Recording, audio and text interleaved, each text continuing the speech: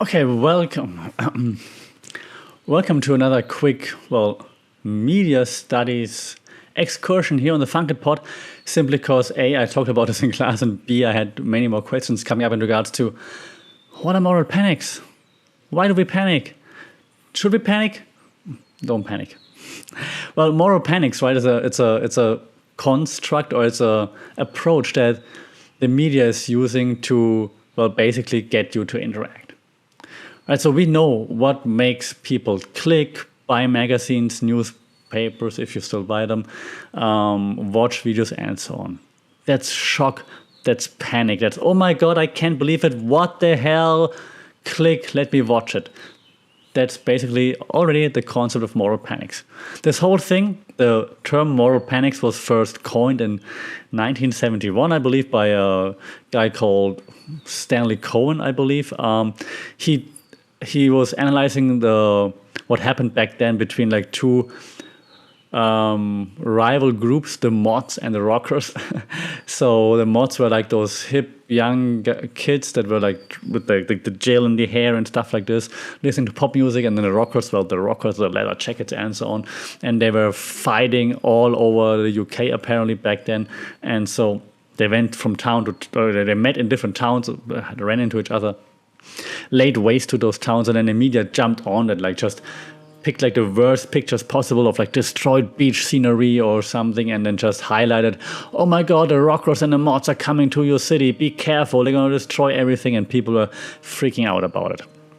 We've seen moral panics since then, basically in every news channel, every newspaper, every clickbaity website is using moral panics.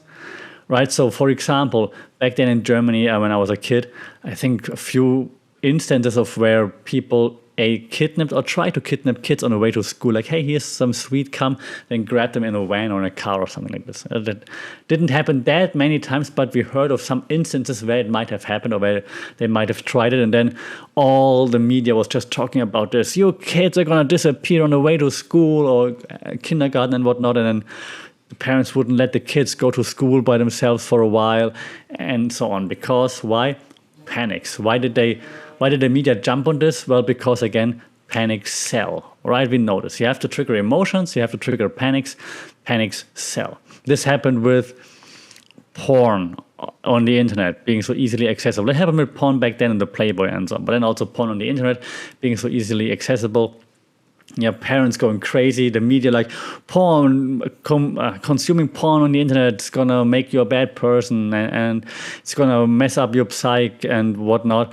Media jumps on it, people go crazy, you know the drill. That basically also happened here in Thailand, for example, where the government proposed a single gateway. That's how they call it, meaning they would have like the one power off button for the internet, so to speak. They proposed this, and not to censor people, but to protect the young people from all the bad stuff that is online. So if there's too much porn and so on online, just hit the button, shut it down. That was the idea. Luckily, we understand, or we value freedom of speech here as well, and freedom of information, so that didn't come to fruition, luckily, but that's always the argument. They're trying to get the people to panic, then to follow you and say like, yeah, you're right, let's do this. A few other examples, games, computer games. People getting addicted to it, and then the media jumps on it. Oh, this guy was a computer addict, and that's why he killed the people in the shooting, for example, in the US. So this guy's a computer addict, and that's why he got sick and died, even though if it's not really related, for example. Yeah, so they pick those small instances out of a big story and then just shine a spotlight on it and try to make you go like, oh my God, what? And then you panic, and then you will ideally, in their point of view, ideally you follow what they are trying to sell, whatever that might be. If it's a doctor, like Dr. Oz or whatever, not saying it's Dr. Oz, that's the only TV doctor I can think of right now, but if some TV doctor says like, hey, we have this issue and blah, blah, blah, and people dying from this, take this pill to prevent it. Like, yeah, oh my God, yeah, give me this pill, right? If CNN or Fox says something like, because of Trump, this happens. Oh my God, the only way out of this is get rid of Trump. You're like, yeah, get rid of Trump, or the other way around, right? So, yeah, this is moral panics has been there forever. It's going to be there forever, and media outlets, media producers are going to use this forever. And moral panics usually follow a certain pattern. Yeah, first, something emerges. At step one, basically, something emerges, like the news, something happens. Doesn't even need to be new news, just maybe news in a different form, or they're presented in a different form, in a different manner, right? So that's one thing. Then after they emerge, the media outlet looks at the agenda like, hey, our agenda is like this. This is happening right now. Can we spin it somehow that it fits our agenda? And they pick on like this small instance, like guy who shot people in the US played computer games. He played computer games, and you shine the spotlight on this smaller issue and try to blow it out of proportion. And then you will hope that using your media inventory, that then people will follow you. Like that, like for example, parents that are already scared, then they don't understand online gaming and so on. They're like, oh, yeah, I read it in the newspaper. I saw it on Fox. Computer games are bad for children. They make them go out and kill others. We have to prevent people from playing computer games and the like. So then ideally, on the list of steps to take, the next step would be to find some kind of moral entrepreneurs, meaning people that the audience, that the larger audience listens to, looks up to. This could be people like religious leaders, for example. It could be influencers. It could be someone like Gary Vee, for example. And you say, hey, Gary Vee, what do you think about this guy who shot people after they watched computer games? Gary Vee says like, yeah, computer games might not be the best thing. Yeah, Gary Vee, come on to my podcast, my video, whatnot, into our TV show. Come to Fox, tell the people how bad computer games are. So then you have those moral entrepreneurs that people look up to, that people listen to, influencer kind of. Then you support this with finding the right experts, meaning find a professor of game science, for example. Find a professor of psychology that can tell you how games can trigger certain areas in the brain. And if he's happy to come into your program or give you an interview or whatnot, to support your claim, and many people will be, because they see that's my chance to fame right now. Right?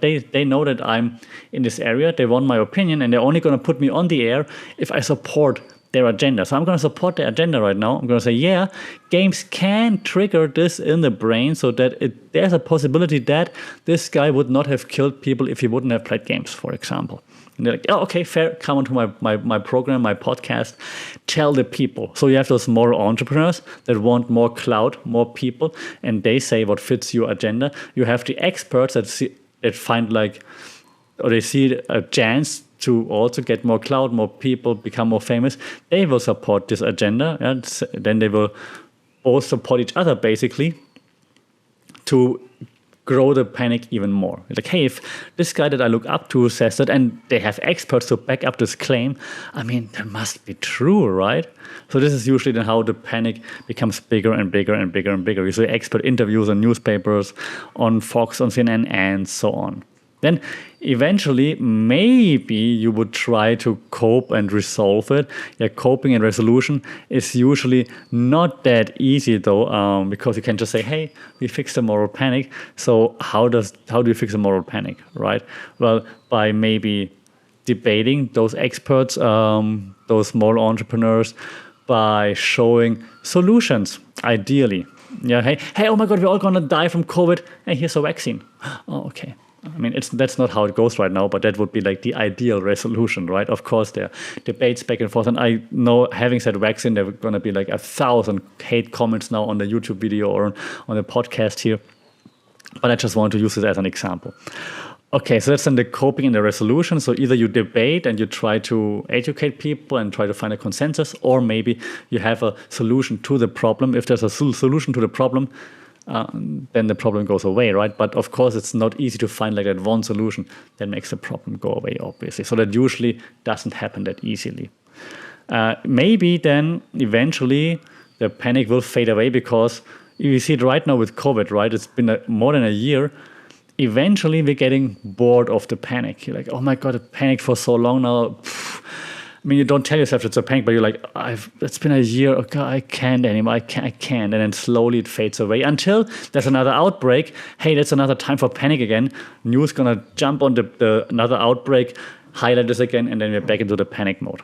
Yeah, so it usually fades away because we just we're not wired to be like in panic mode all the time. You need some resting in between before you can go into panic mode again. But if it worked, they try to extend it. The media tries to extend the panic mode. Let you rest for a little, then panic mode again. Rest for a little, then panic mode again. It's like you're fleeing from something back then in the Stone Ages or whatever. You flee from something, run away from the saber-toothed tiger. Then you're like, I've got to relax now. And then, shit, there's another one. And you run away again. And so the same with the panic. You panic. Okay, enough panic. I need to relax right now. Then you relax for a while, and the panic hits again. And there's usually also some kind of legacy attached to it, either that we remember it, of course. You have still posts that will remind you about it, like, hey, don't forget, we just had COVID and so on, and it can happen at any time again, and the like. And then eventually they're going to put it out again. Hey, you didn't forget, right? Here it is. It happens again. Outbreak in that area. Outbreak in Germany. Outbreak there. Time to panic again. And then the panic starts and continues again, because the more we panic, the more we buy and the more we click. So that was a very, very, very short breakdown of this moral panic principle. There's way more to it, like way more science to it, but I think in terms of a podcast or a video, it makes sense to just keep it short. If there's interest, I'm going to upload my lecture on it, just to make it a bit clearer. I think that's just important to understand how this concept works, because it happens all the time. Media content producers are using this panic button all the time with us to trigger us, and it still works. And I think just the audience should be aware of it, so that we know what the media people are doing to us just to trigger us. All right, if there's any other concept that you would like to have elaborated, explained on, or lectured on even, let me know. I'm happy to discuss all things media studies. Until then, stay safe, take care, and I'll see you for the next one.